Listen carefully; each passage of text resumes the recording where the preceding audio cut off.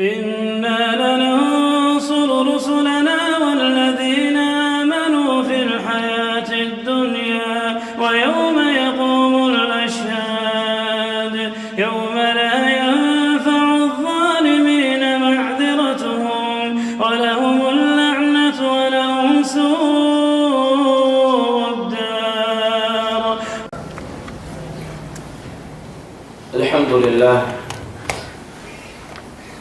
الحمد لله رب العالمين، والصلاة والسلام على نبينا محمد وعلى آله وأصحابه والتابعين والتابع التابعين ومن صار على هديه إلى يوم الدين. يقول الله تبارك وتعالى: يا أيها الذين آمنوا اتقوا الله حق تقاته ولا تموتن إلا وأنتم مسلمون. Amma ba'd. Ayyuhal ikhwah yang dimuliakan Allah, alhamdulillah kita bersyukur kepada Allah Subhanahu wa taala pada hari yang cerah ini kita diberikan kesempatan oleh Allah Subhanahu wa taala, diringankan langkah-langkah kita, diberikan waktu luang, diberikan kesempatan untuk memilih hadir di majelis ilmu untuk mengkaji pembahasan yang penting seputar ibadah ke depan yang akan kita laksanakan, yaitu puasa di bulan Ramadan. Dan ini nikmat dari Allah Subhanahu wa taala, dari nikmat-nikmat yang sangat banyak, di mana Allah Subhanahu wa taala memberikan kesempatan kepada kita untuk duduk di majelis ilmu dan mempersiapkan bekal untuk berjumpa dengan Ramadan. Dan semoga Allah Subhanahu wa taala memanjangkan umur kita dan memberikan kesempatan untuk bisa beribadah di bulan Ramadan. Ayyuhal ikhwah yang dimuliakan Allah Subhanahu wa taala, tentunya setiap kita yang hadir di majelis ini menginginkan pencerahan, menginginkan ilmu, kejelasan dari setiap permasalahan-permasalahan yang dihadapi di dalam setiap ibadah yang ingin ia kerjakan, baik itu masalah puasa atau masalah salat atau masalah-masalah yang lain. Sehingga ketika seorang mendapatkan pencerahan terhadap masalah-masalah yang ia temui, yang ia rasakan, dan pencerahan tersebut tentunya dengan ilmu dan akan menenangkan jiwanya, menenteramkan hatinya di dalam melaksanakan perintah-perintah Allah Subhanahu wa taala, terlebih di bulan Ramadan. Dan sudah menjadi kewajiban setiap muslim dan muslimah untuk duduk di majelis ilmu. Tidak boleh seseorang itu ingin melakukan suatu ibadah atau ingin berjumpa dengan satu musim ibadah, yaitu di bulan Ramadan, bulan khusus di mana seorang itu mengamalkan amalan khusus berturut-turut selama 1 bulan penuh. Tentunya dia harus mempersiapkan bekal sebaik mungkin untuk menjalani ibadah dengan baik. Dan jangan dia lalai daripada menuntut ilmu, baik itu menjelang Ramadan atau di luar Ramadan atau di dalam bulan Ramadan itu sendiri. Tetap kewajiban menuntut ilmu itu terus dia jalankan. Dan kebanyakan mungkin dari sebagian kaum muslimin atau teman-teman kita atau saudara-saudara kita masih menyepelekan tentang keutamaan majelis ilmu dan merasa itu hal yang biasa. Ya, hadir di majelis ilmu adalah sesuatu yang biasa, enggak hadir pun juga enggak masalah. Padahal kalau kita melihat bagaimana para salaf itu dalam mencari ilmu, perjuangannya luar biasa. Sebagaimana yang disebutkan kisahnya Abu Tahir Al-Maqdisi, kata beliau, bultu dam marratain fi talab al-hadith, marrah di Makkah wa marrah di Baghdad. Kata Abu Tahir, aku sampai kencing darah 2 kali. Kencing darah 2 kali. Kenapa? Gara-gara mencari hadis, gara-gara menuntut ilmu. 2 kali kencing darah, sekali di Makkah dan sekali di Baghdad. Kenapa bisa demikian? Karena Abu Tahir dalam mencari hadis, dalam mencari ilmu, menghadiri majelis-majelis ilmu dan menanyakan tentang Al-Quran dan hadis, itu menempuh perjalanan berhari-hari, bermalam-malam tanpa memakai alas kaki, di bawah terik matahari yang sangat panas, dan dia berjalan tanpa alas kaki dan tanpa kendaraan. Tanpa alas kaki dan tanpa kendaraan. Demi apa? Demi mencari ilmu. Lihat perjuangan mereka. Nah, sekarang kita jangankan alas kaki, transportasi rata-rata sudah milik pribadi. Model apa saja ada, mulai dari yang zaman punya sampai yang terbaru dimiliki. Namun masih sulit bergerak ke majelis-majelis ilmu. Dan sebenarnya kisah-kisah yang demikian membuat kita malu. Seharusnya bisa mengetuk hati-hati kita untuk bisa bersemangat menuntut ilmu syar'i, karena dia bekal untuk kehidupan dunia dan akhirat. Dan kalau kita melihat lagi kisah yang lain, bagaimana Abu Darda radhiyallahu anhu, beliau mengatakan, sungguh sekiranya kalau aku mendapati dari ayat Al-Quran yang tidak aku fahami dengan baik, maka aku akan mencari orang yang bisa memahamkan aku terhadap ayat tersebut.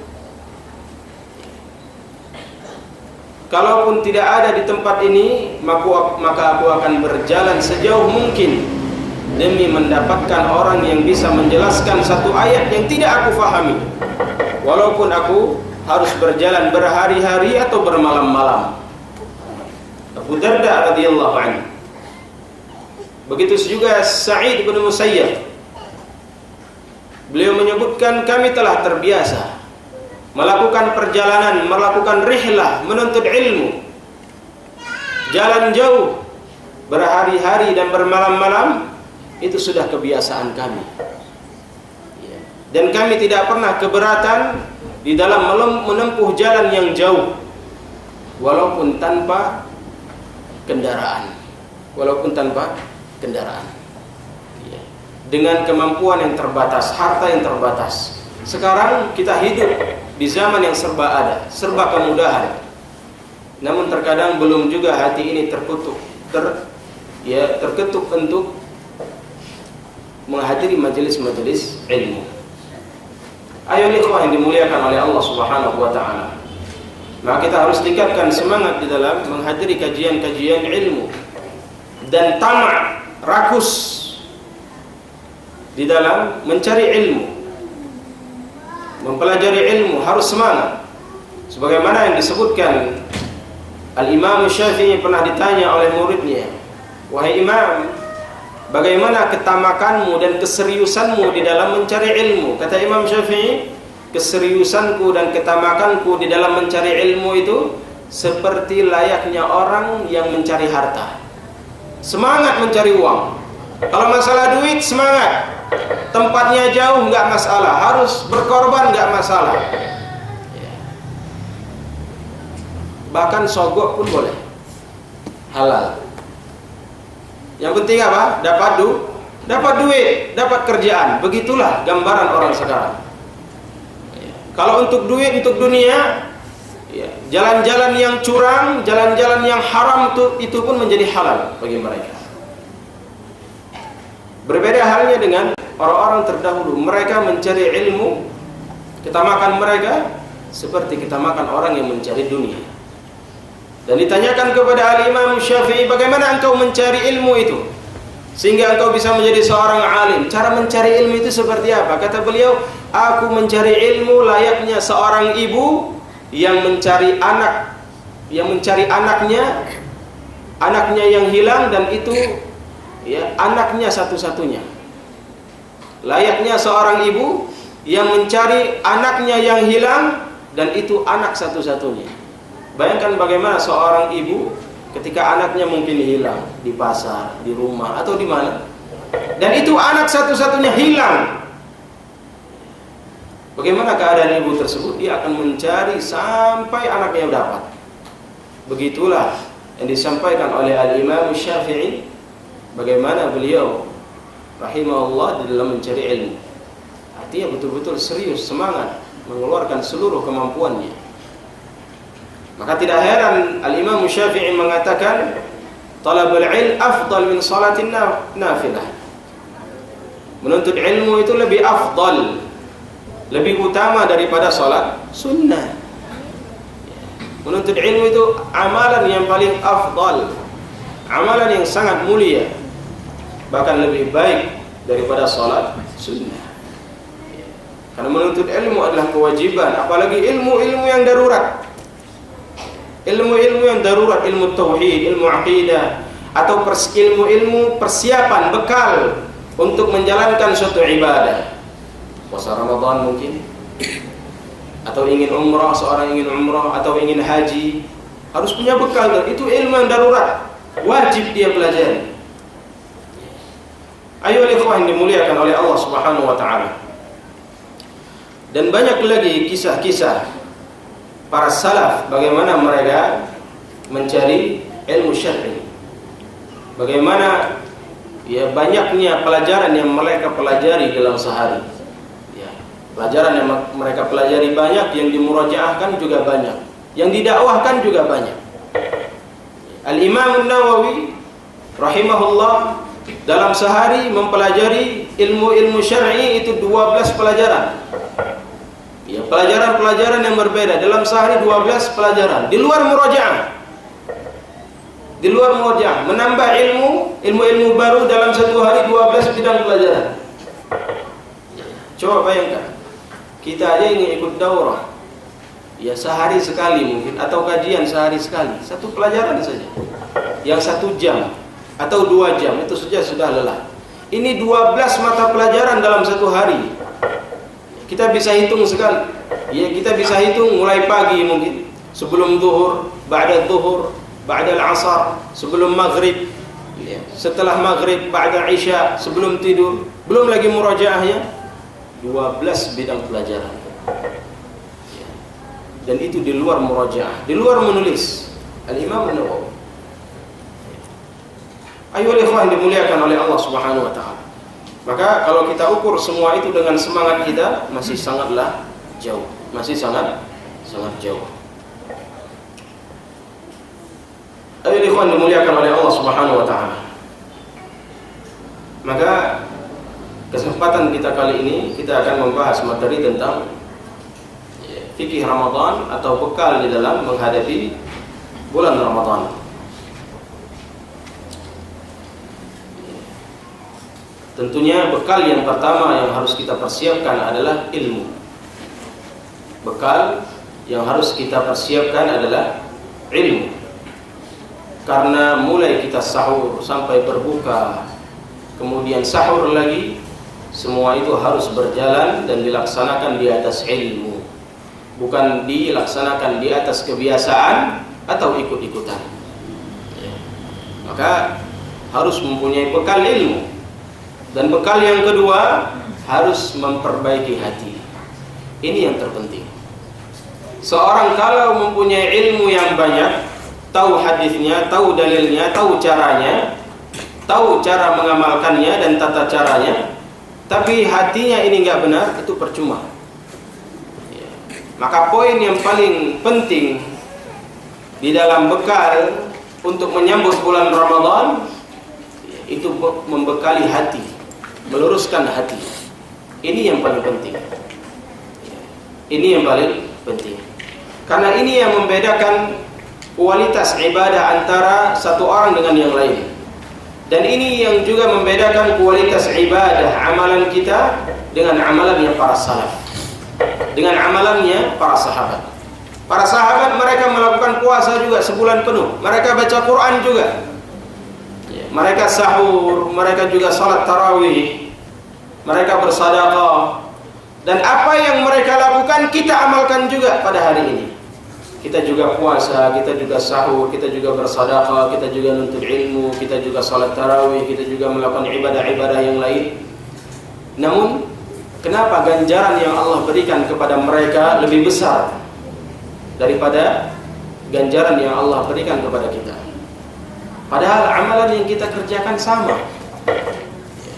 Tapi kenapa ganjaran yang Allah berikan kepada mereka itu lebih besar? Itu dikarenakan hati, dikarenakan iman yang ada di dalam hati. Kualitas keikhlasannya, kualitas imannya yang berbeda. Amalannya sama, caranya sama, tapi cara menjalankannya berangkat dari hatinya itu yang beda. Sehingga keimanan mereka sangatlah luar biasa, hati mereka sangatlah bersih, sehingga ganjarannya besar di sisi Allah Subhanahu wa taala. Kayak Nabi SAW berpesan kepada kita, la tasubbu ashabi falau anna ahadakum anfaqa mithla uhudin dhahaban ma balagha mudda ahadihim wala nasifahu. Kata Nabi SAW, jangan kalian mencela sahabat-sahabatku. Sekiranya kalian berinfak dengan sebesar gunung Uhud emas, maka infak kalian tidak bisa mencapai infaknya mereka yang hanya setengah, yang hanya 1 atau setengah mud. Ini menunjukkan kualitas iman dan hati mereka, keikhlasan mereka dalam menjalankan ibadah yang berbeda dengan kualitas kita, yang berbeda dengan kualitas kita.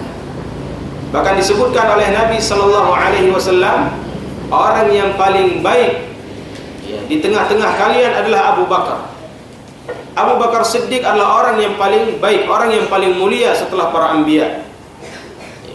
Abu Bakar Siddiq, orang yang paling mulia di tengah-tengah para sahabat yang lain. Kenapa bisa? Padahal ada sahabat yang lain amalannya lebih banyak daripada Abu Bakar. Mungkin salatnya lebih banyak daripada Abu Bakar, sedekahnya, bahkan ada yang lebih kaya, lebih dermawan daripada Abu Bakar. Tapi kenapa Abu Bakar itu menjadi orang yang terbaik? Itu dikarenakan sesuatu yang ada di dalam hatinya, berbeda dengan yang lain, berbeda dengan yang lain. Sehingga Nabi SAW mengutamakan Abu Bakar daripada sahabat-sahabat yang lain. Ayo ikhwan dimuliakan oleh Allah Subhanahu wa taala. Maka termasuk bekal di dalam menyambut bulan Ramadan adalah membersihkan hati, meluruskan hati, meningkatkan iman kepada Allah Subhanahu wa taala. Bagaimana hati ini harus bersih, sehingga ganjaran yang diberikan oleh Allah Subhanahu wa taala itu besar dan sesuai dengan ganjaran yang dijanjikan oleh Allah Subhanahu wa taala sebagaimana disebutkan oleh Nabi sallallahu alaihi wasallam dalam hadisnya yang nanti akan kita bahas. Ayo ikhwan dimuliakan Allah Subhanahu wa taala. Jadi materi kita berkaitan dengan fikih puasa atau yang berkaitan dengan puasa. Dan di sini saya mengambil sumbernya dari Riyadhus Shalihin yang dikarang oleh Al-Imam An-Nawawi rahimahullah, dari bab-bab yang berkaitan dengan puasa Ramadan. Karena ini termasuk yang lebih ringkas. Dan kalau kita mengambil baca dari urutan kitab-kitab induknya seperti Sahih Bukhari, dari kitab puasanya terlalu banyak pembahasannya, tidak cukup waktu untuk membahas sekali pertemuan. Jadi untuk ringkasnya kita mengambil dari Riyadhus Shalihin dan insyaallah akan kita paparkan sesuai dengan urutan hadis yang disebutkan oleh Al-Imam An-Nawawi yang berkaitan tentang puasa. Ayo ikhwan dimuliakan oleh Allah Subhanahu wa taala. Di sini beliau menyebutkan tentang bab wujub shaum Ramadan wa bayan fadl as-siyam wa ma yata'allaq bih. Bab tentang dalil yang menunjukkan wajibnya puasa Ramadan dan penjelasan tentang keutamaan puasa Ramadan dan hal-hal yang berkaitan dengannya. Jadi kita akan bahas dalil-dalil yang menunjukkan bahwasanya wajibnya puasa Ramadan dan keutamaan puasa Ramadan dari puasa-puasa yang lain. Allah Subhanahu wa taala berfirman dalam surah Al-Baqarah, "Ya ayyuhalladzina amanu kutiba 'alaikumus-shiyam kama kutiba 'alal ladzina min qablikum la'allakum tattaqun." Wahai orang-orang yang beriman, telah diwajibkan kepada kalian puasa sebagaimana telah diwajibkan kepada orang-orang sebelum kalian agar kalian bertakwa. Ini sumber hukum yang menunjukkan wajibnya puasa Ramadan yang disebutkan oleh Allah Subhanahu wa taala dalam surah Al-Baqarah mulai dari ayat 183 sampai ayat 185. Sebelumnya kita akan ambil rincian daripada poin-poin penting dari pengertian puasa itu sendiri. Kita akan ambil poin-poin penting dari permasalahan puasa itu dari pengertian puasanya. Yang pertama, as-shaum secara bahasa itu artinya al-imsak. Artinya al-imsak, yaitu menahan. Menahan apa? Dijelaskan di dalam istilah syar'inya huwa ta'abbud lillahi ta'ala bil imsak bi niyatin 'anil akli wasyarb wa sa'iril mufattirat min tulu'il fajr ila ghurubi syams min syakhsin makhsus wa bi syurutin makhsus. Jadi yang disebut dengan puasa dia adalah suatu ibadah kepada Allah Subhanahu wa taala dengan menahan diri dengan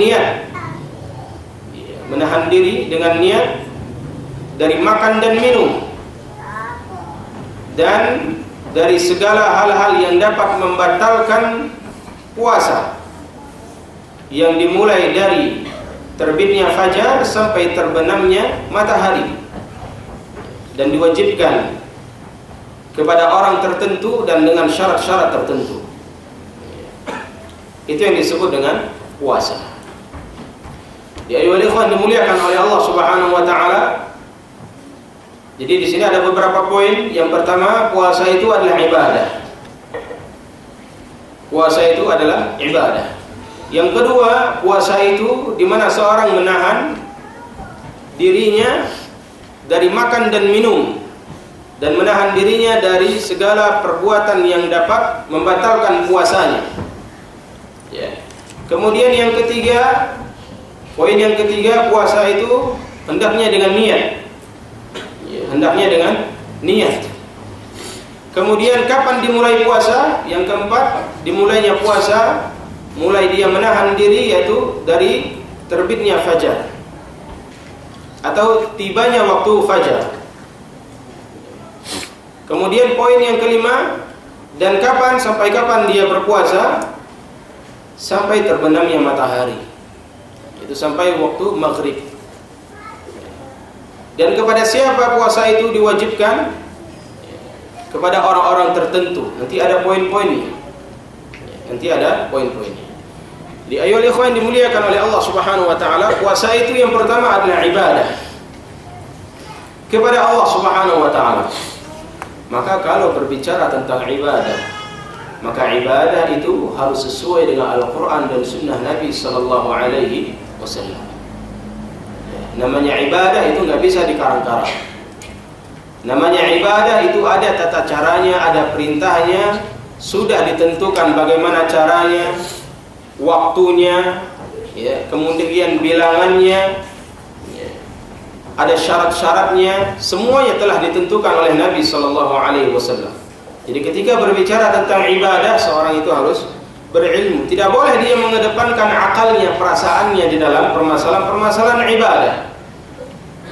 Karena ibadah itu akan diterima oleh Allah Subhanahu wa taala ketika dia melaksanakan ibadah tersebut dengan ikhlas dan pelaksanaannya sesuai dengan yang diajarkan oleh Nabi sallallahu alaihi wasallam. Kalau dia tidak ikhlas, tidak benar dalam mengamalkan ibadah dan tidak sesuai dengan contoh Nabi SAW, maka ibadah tersebut mardudah. Ibadah tersebut akan ditolak oleh Allah Subhanahu wa taala. Oleh karenanya, karena puasa adalah salah satu ibadah yang besar di sisi Allah Subhanahu wa taala, maka menjalankannya harus dengan ilmu.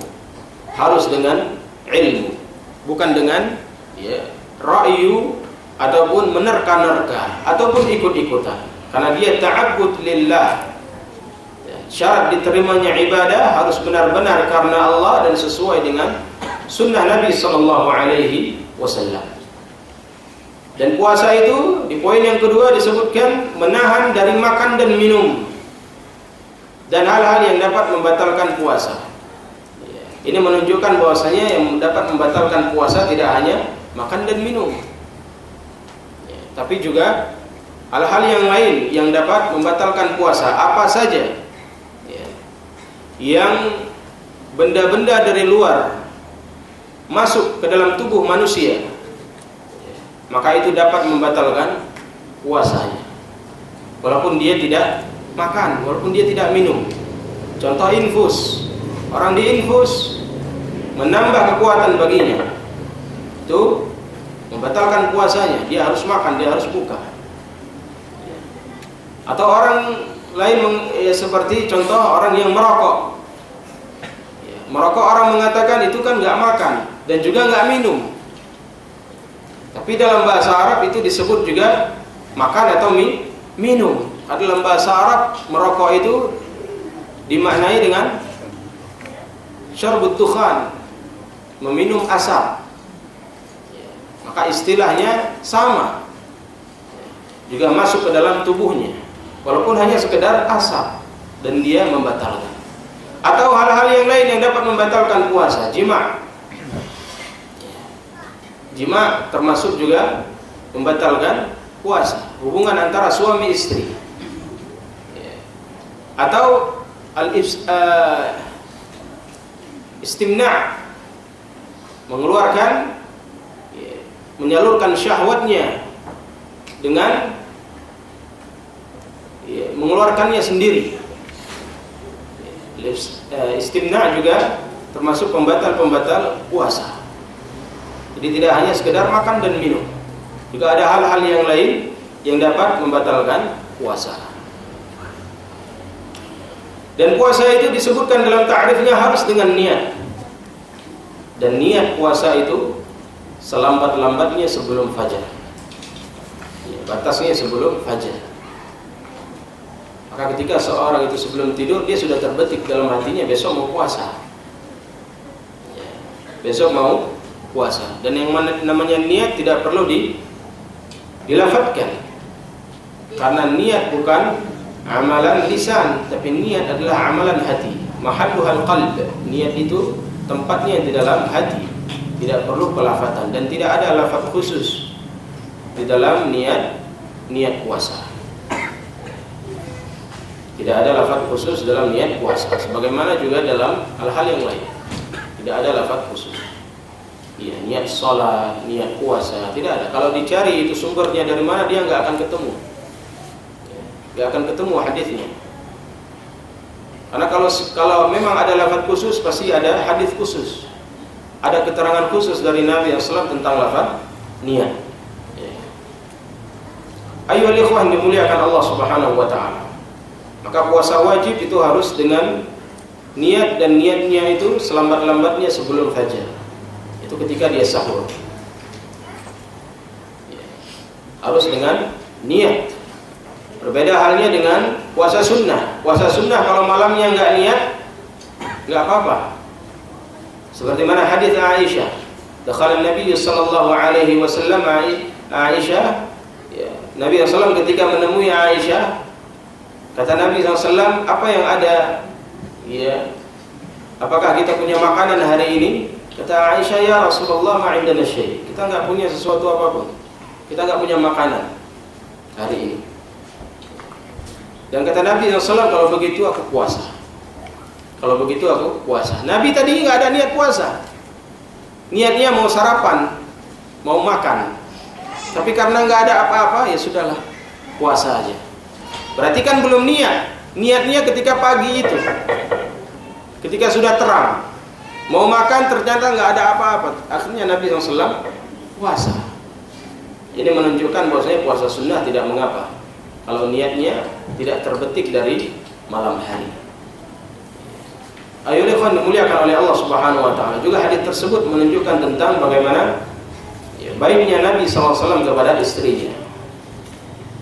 Mungkin kalau kita nggak ada makanan sudah marah dengan istrinya.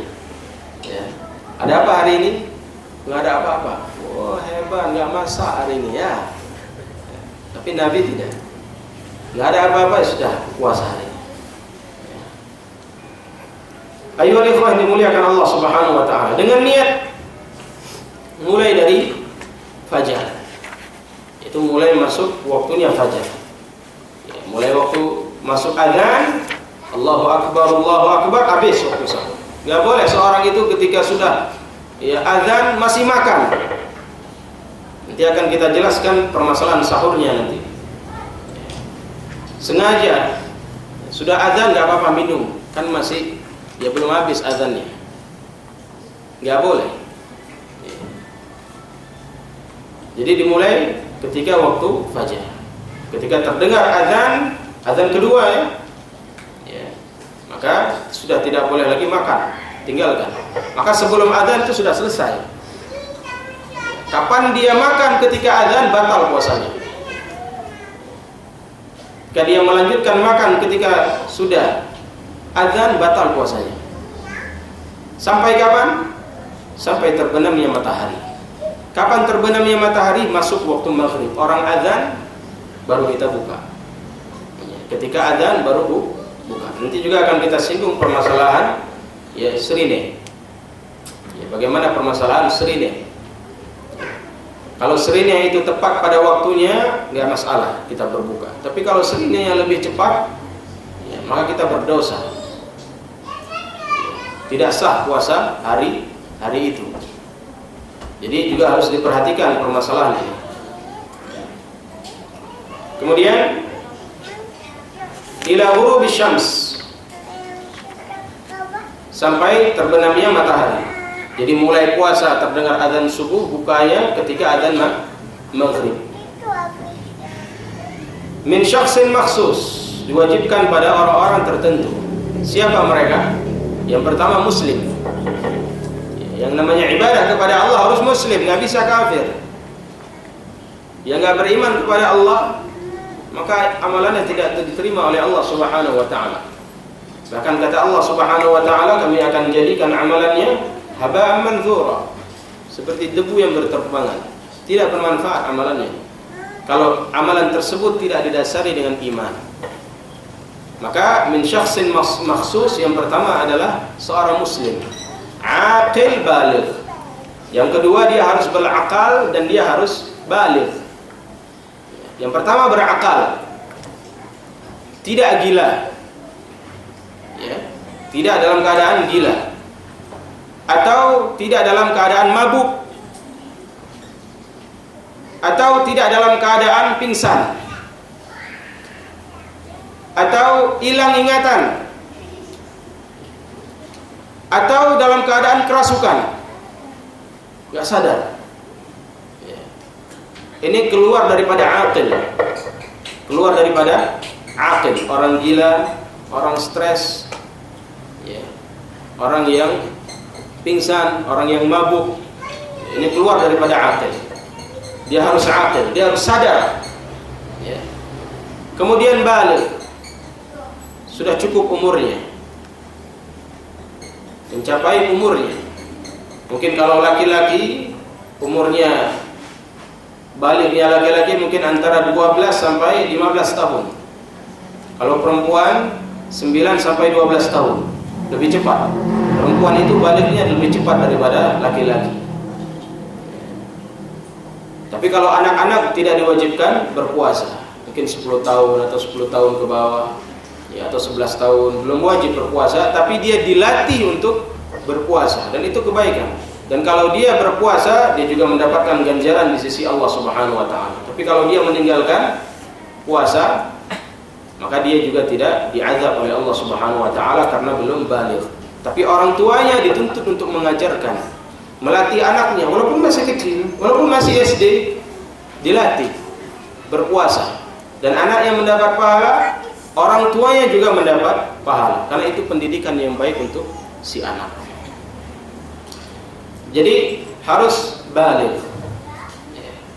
Kemudian yang ketiga, terhadap orang yang mukim. Orang yang mukim.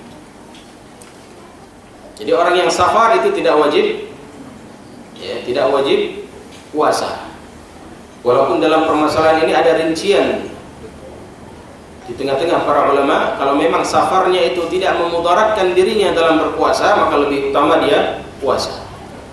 Tapi kalau dalam safarnya dapat memudaratkan dirinya, ya, maka dia, ya, tidak diwajibkan, atau yang lebih utama baginya adalah berbuka. Misalkan dia ingin bersafar di Lok Sumawe, mungkin ada bandara, ingin ke Banda Aceh. Banda Aceh juga ada bandaranya, pesawat mungkin 30 menit sampai. Safarnya nggak berat, ya nggak perlu buka puasa. Tapi kalau dia harus naik L300, berat, apalagi dia orang yang suka muntah mungkin, ya, maka dia berbuka itu lebih utama. Ini juga ada rincian dari para ulama tentang safar.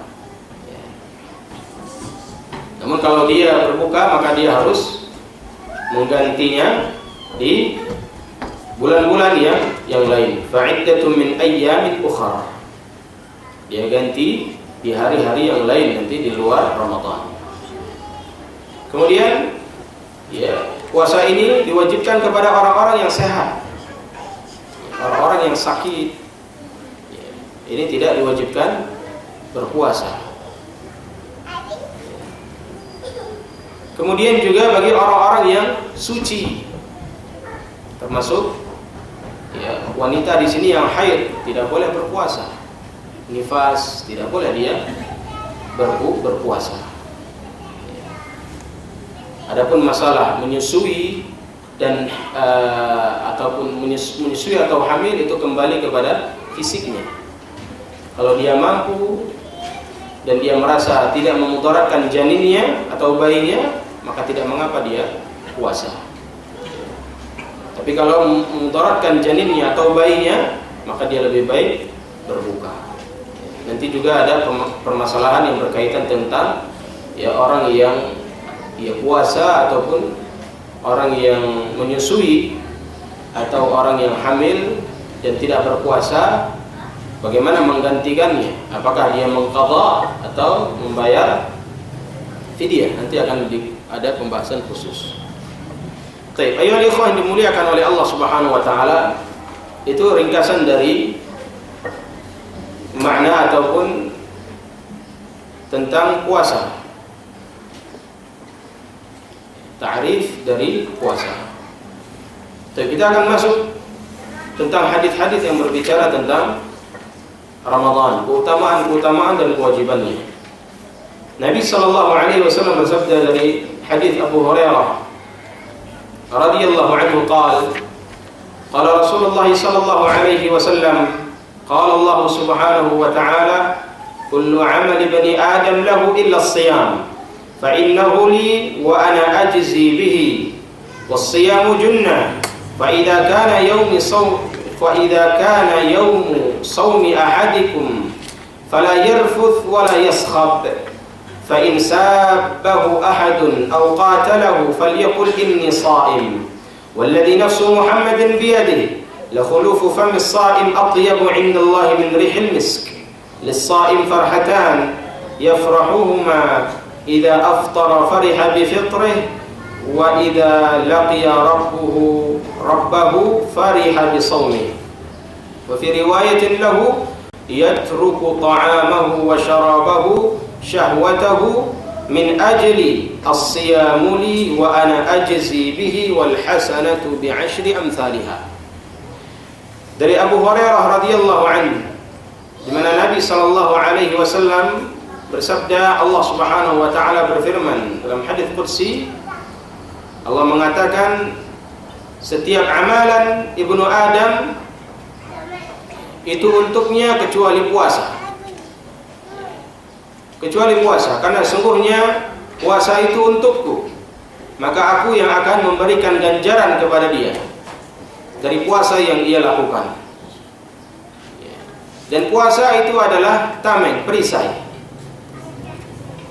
Maka apabila salah seorang dari kalian berpuasa, maka janganlah dia berucap dengan ucapan yang kotor atau perbuatan yang sia-sia. Apabila ada orang yang mencaci kalian atau qatalahu, memerangi kalian,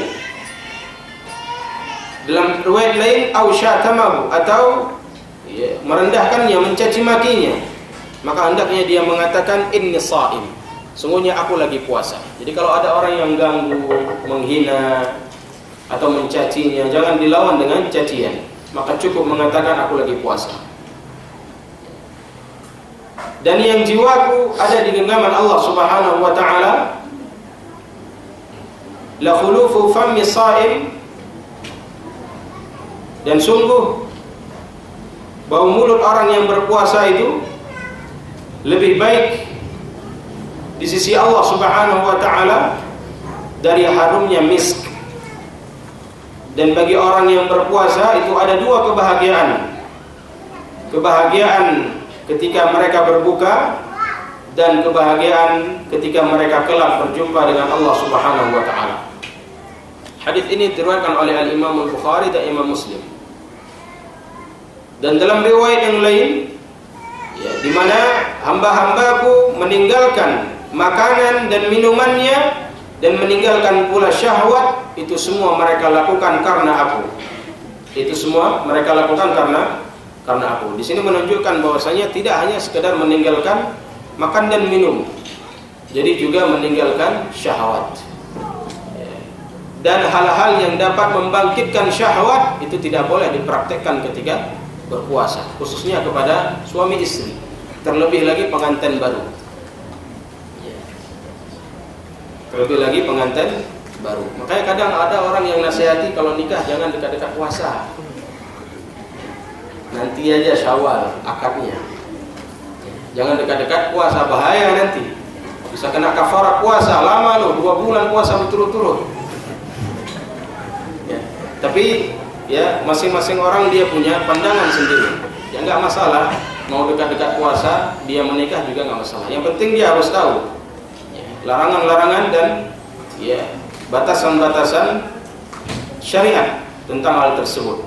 Jangan sampai dia melakukan sesuatu yang dapat membangkitkan syahwatnya di siang Ramadan. Maka dia harus bersabar sampai maghrib, karena malamnya boleh. Karena malamnya boleh. Itu larangan dari Nabi SAW, meninggalkan syahwatnya dan hal-hal yang dapat membangkitkan syahwat. Ayo ikhwan dimuliakan Allah Subhanahu wa taala. Maka dalam hadis ini termasuk juga keutamaan orang-orang yang berpuasa, di mana Allah Subhanahu wa taala akan memberikan ganjaran yang besar kepada orang-orang yang berpuasa. Bahkan di sini disebutkan wal hasanatu bi 'ashri amsalha. Satu kebaikan akan dilipat gandakan menjadi 10 kebaikan.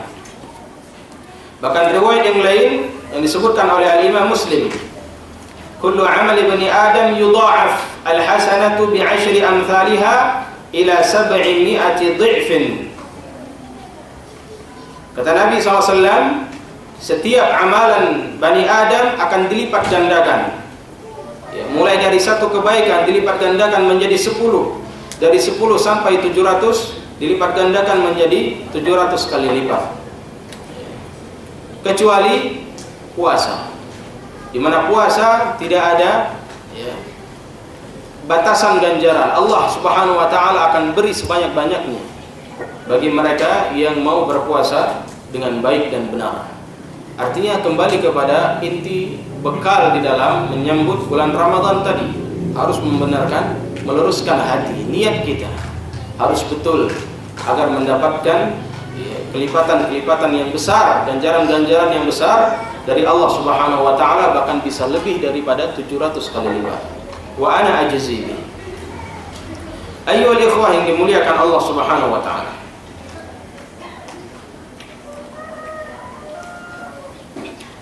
Dan keutamaan-keutamaan yang lain bagi orang-orang yang berpuasa, bahwa Allah Subhanahu wa taala akan mempersiapkan pintu khusus agar dia masuk ke dalam surga melalui pintu tersebut yang disebut pintu Ar-Rayyan, di mana Nabi sallallahu alaihi wasallam bersabda dari hadis Sahal bin Sa'ad, "Inna fil jannah baban yuqalu lahu Ar-Rayyan, yadkhulu minhu as-sha'imun yawm al-qiyamah, la yadkhulu minhu ahadun ghayruhum, yuqalu ayna as-sha'imun, fayaqumun la yadkhulu minhu ahadun ghayruhum, fa idza dakhalu ughliq falam yadkhul minhu ahadun." Muttafaqun alaih. Nabi SAW bersabda, sungguhnya di dalam surga itu ada satu pintu yang dinamakan untuk pintu tersebut adalah pintu Ar-Rayyan, di mana dari pintu tersebut akan dimasuki, melalui pintu tersebut adalah orang-orang yang berpuasa. Jadi di hari kiamat akan masuk dari pintu tersebut orang-orang yang berpuasa. La yadkhulu minhu ahadun ghairuhum. Tidak akan dapat masuk ke dalam pintu tersebut, melalui pintu tersebut selain dari mereka. Jadi pintu tersebut khusus hanya untuk orang-orang yang berpuasa saja, yang menjalankan puasa saja. Ketika dikatakan di mana orang-orang yang berpuasa, semua mereka bangkit dan jalan masuk ke pintu tersebut, dan tidak ada satu orang pun yang bisa masuk ke dalam pintu tersebut selain orang-orang yang berpuasa. Apabila selain orang-orang yang berpuasa ingin masuk ke dalam pintu tersebut, ughliq, langsung seketika itu ditutup, dan mereka tidak dapat masuk kecuali orang-orang yang berpuasa saja. Ini keutamaan bagi orang-orang yang menjalankan puasa Ramadan. Menjalankan puasa Ramadan. Bahkan hadis ini juga disebutkan secara umum juga termasuk orang-orang yang menjalankan puasa-puasa sunnah. Kalau orang sudah terbiasa melakukan puasa sunnah, apalagi puasa wajib. Kalau puasa sunnah saja dia lakukan mulai dari Senin Kemisnya, mulai dari Ayyamul Bidnya 13, 14, 15, atau bahkan puasa Daud dia praktekkan. Kalau puasa sunnah saja dia gemar menjalaninya, apalagi puasa wajib, maka baginya satu pintu untuk menuju ke surga Allah Subhanahu wa taala. Dan itu termasuk keutamaan yang Allah berikan bagi orang-orang yang berpuasa. Bahkan di antara keutamaan yang lain, kata Nabi sallallahu alaihi wasallam, "Ma min 'abdin yasumu yawman fi sabilillah illa ba'ada Allahu bidzalikal yawmi wajhahu 'anil nari 70 kharifa." Kata Nabi sallallahu alaihi wasallam, tidaklah seorang hamba dia berpuasa satu hari di jalan Allah Subhanahu wa taala kecuali Allah Subhanahu wa taala akan jauhkan dia dari neraka sejauh 70 tahun. Akan dijauhkan oleh Allah Subhanahu wa taala dirinya dari neraka. Dan di antara keutamaan orang yang berpuasa, kata Nabi, "Man shama ramadhana imanan wa ihtisaba ghufira lahu ma taqaddama min dhanbi." Siapa yang berpuasa Ramadan dengan keimanan dan mengharap pahala di sisi Allah Subhanahu wa taala, akan diampuni dosanya yang telah lalu. Akan diampuni dosanya yang telah lalu dengan syarat apa? Dia berpuasa dengan iman, dengan hati yang benar, dengan keikhlasan, dengan hati yang baik, dengan iman yang benar, dan berharap ganjaran dari Allah Subhanahu wa taala, maka akan diampuni dosa-dosanya yang telah lalu. Ini termasuk juga keutamaan orang-orang yang berpuasa di bulan Ramadan.